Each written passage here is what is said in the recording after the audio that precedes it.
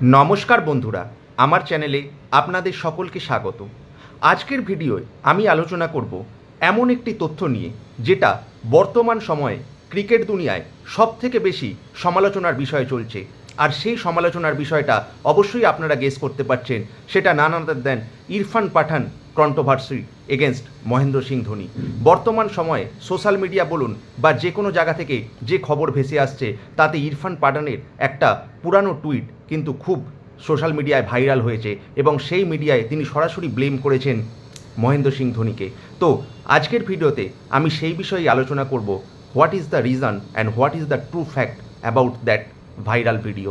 তো বন্ধুরা, আজকের ভিডিওটা খুব ইন্টারেস্টিং হতে চলেছে।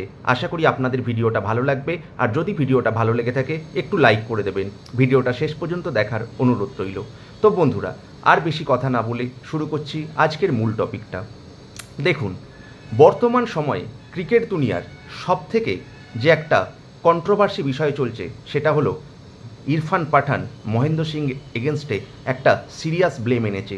সেই সিরিয়াস ব্লেমটা কি না, হুক্কা বানাতে পারলে মহেন্দ্র সিং ধোনি নাকি সেই প্লেয়ারকেই ইন্ডিয়া টিমে জায়গা দিত।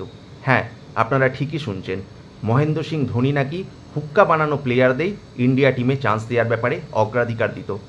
এই ঘটনাটা শুরু হয়েছিল অনেক পুরানো, কারণ এই যে টুইটটা কিন্তু বর্তমান সময়ের নয়, 5 বছর আগের একটা টুইট ছিল, প্রায় কোভিড টাইমে। কিন্তু বর্তমান সময়ে ধোনির যে একটা কিছুদিন আগে যে ছবি ভাইরাল হয়েছিল হুক্কা নিয়ে, তার সঙ্গে রিলেট করে কিন্তু বর্তমান সময়ে এই টুইটটা খুব ভাইরাল হয়ে যাচ্ছে। সেখানে আমি প্রথম থেকেই যদি শুরু করি, ব্যাপারটা কিভাবে শুরু হয়েছিল। ব্যাপারটা এইভাবে শুরু হয়েছিল, তখন সিবি সিরিজ চলছিল 2008 সালে অস্ট্রেলিয়ায়। আমরা সকলেই জানি ভারত সেখানে জয়লাভ করেছিল, কমনওয়েলথ ব্যাংক সিরিজ। কিন্তু সেইখানে ইরফান পাঠানের কাছে খবর যায় যে ধোনি নাকি সোশ্যাল মিডিয়ায় মানে মিডিয়া রিপোর্টে বলেন যে ইরফান পাঠান ভালো পারফরমেন্স করতে পারছে না, ভালো বোলিং করতে পারছে না। এরকম খবর ইরফান পাঠানের কানে যায়। মহেন্দ্র সিং ধোনি মিডিয়া রিপোর্টে এই কথা বলেন। তখন ইরফান পাঠান কিউরিসিটি হয়ে মহেন্দ্র সিং ধোনির কাছে যায় যে এই রকম কোনো কথা বলেছিল কি, আসলে কি তার পারফরমেন্সটা সত্যিই ক্যাপ্টেনকে স্যাটিসফাইড করতে পারছিল না। তখন মহেন্দ্র সিং ধোনি বলেছিল না, এরকম কোনো ব্যাপার নয়। ইরফান পাঠান সেই খবরটা শুনে কিছুটা স্যাটিসফাইড হয়েছিল, কিন্তু বারংবার সেই একই খবর শুনতে থাকে মিডিয়ার মুখে। তখন ইরফান পাঠান বলেছিল, আমি যেহেতু পাঠান তাই আমারও একটা সেলফ রেসপেক্ট থাকে, আমি বারবার তো এই রিজনের জন্য ক্যাপ্টেনের কাছে গিয়ে জিজ্ঞেস করতে পারি না যে তুমি কি আমার খেলায় স্যাটিসফাইড কি না। এইভাবে কন্ট্রোভার্সিটা শুরু হয় এবং তারপরে একটা টুইট ভাইরাল হয় যেখানে ইরফান পাঠান লিখেছিল হুক্কা বানানো প্লেয়াররাই নাকি মহেন্দ্র সিং ধোনির ইন্ডিয়া টিমে চান্স পায়, আর আমি মানে ইরফান পাঠান আমি তো হুক্কা বানাতে পারি না, তাই মহেন্দ্র সিং ধোনি আমাকে বাদ দিয়ে দিয়েছে। দেখুন, এই টুইটটা কতটা যুক্তিসম্মত বা কতটা সত্য তার তো কোনো কথাই বলা যায় না। কারণ একটা ইন্ডিয়া টিমে প্লেয়াররা শুধু হুক্কা বানাতে পারলেই তারা সিলেক্টেড হয়, এই কথাটা কিভাবে বলতে পারলো ইরফান পাঠান?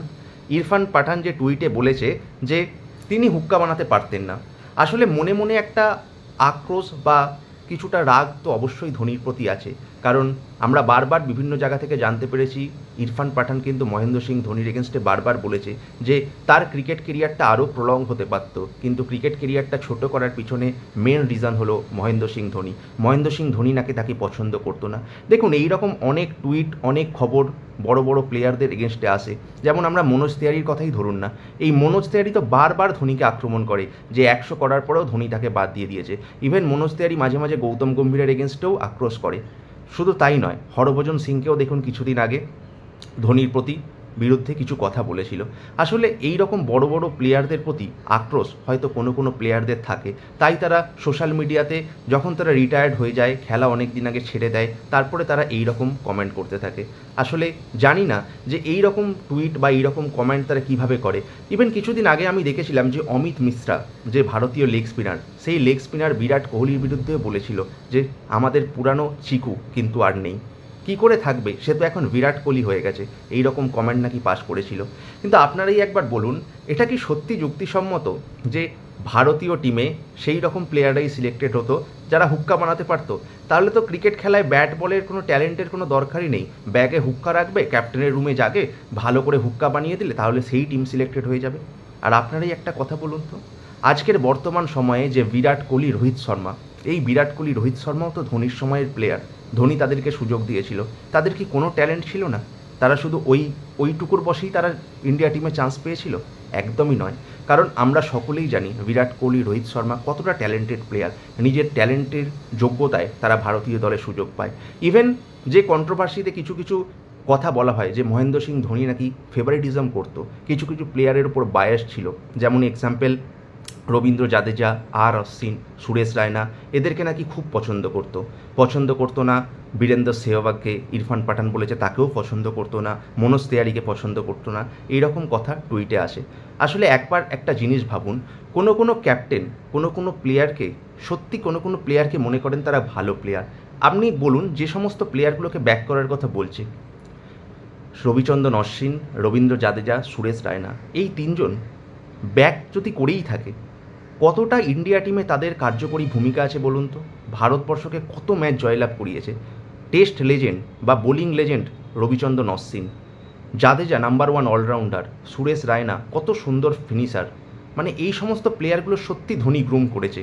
আর একটা কথা, আপনি যদি প্রপার ট্যালেন্টেড প্লেয়ার হন, ভালো বল করতে থাকেন, তাহলে কিন্তু ভালো ব্যাট করতে থাকেন, তাহলে কিন্তু কারো কোনো দম নেই যে তোমাকে ইন্ডিয়া টিমের সিলেকশন থেকে হারাতে পারে।